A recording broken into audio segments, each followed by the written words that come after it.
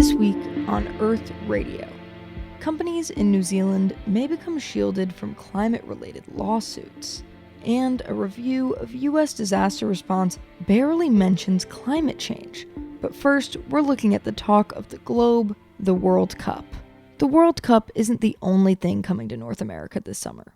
Spectators and athletes alike need to prepare for extreme heat and humidity. Researchers at the World Weather Attribution Group calculated how likely it is that FIFA's matches will take place in dangerous heat conditions. They found that a quarter of matches could be scorching hot. These games will exceed a 26 Celsius wet bulb globe temperature, which is an interesting way of saying heat that takes into account other factors like wind, sun angle, humidity, cloud cover, all of the things that might make heat just a little bit more bearable. Most host stadiums are not prepared to mitigate this heat and keep players and fans safe. Especially for the players, heat stroke is a very serious concern. If you are attending the World Cup, watch the weather carefully and stay hydrated. A new report calling for an overhaul of the disaster response in the United States only mentions climate one time. A review council appointed by President Trump proposed huge changes to the Federal Emergency Management Agency, or FEMA. The last 3 years have had the highest rates of billion-dollar disasters in U.S. history. Mass layoffs under the Trump administration seriously cut down the agency's staffing, weakening its ability to respond in times of need. This new framework could completely shake up how disaster response works in the country, putting the burden on states to handle relief efforts. It also recommends cutting federal oversights, which means that it removes reviews that could have potentially prevented disasters in the future. States are currently not prepared to take on this burden and rely heavily on FEMA in times of extreme crisis.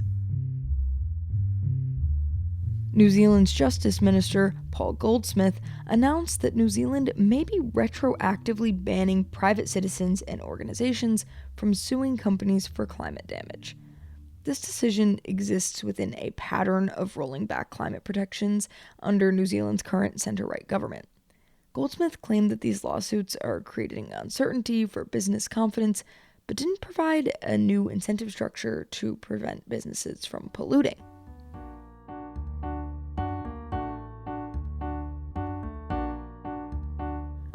A new study suggests extreme heat is the new normal in India and Pakistan. A recent heat wave rocked South Asia, with temperatures exceeding 46 degrees Celsius, or about 115 degrees Fahrenheit. This heat wave killed nearly 50 people, and unfortunately, it was not a freak weather event. According to a new study from the World Weather Attribution, heat waves like this could roll into the region once every 5 years. This would be about 14 times in the average lifetime. Heat-related illness is no joke. Heat stroke can quickly lead to death if it's not treated promptly. Low-income people in India and Pakistan are particularly vulnerable, as they may not have access to reliable cooling, nutritious food, and hydration. If you want to learn more about the stories covered in today's episode, check out the articles published on earth.org and linked in the show notes. Earth Radio is produced, edited, and scored by Rebekah Hendricks. This week's stories are reported by Martina Egini.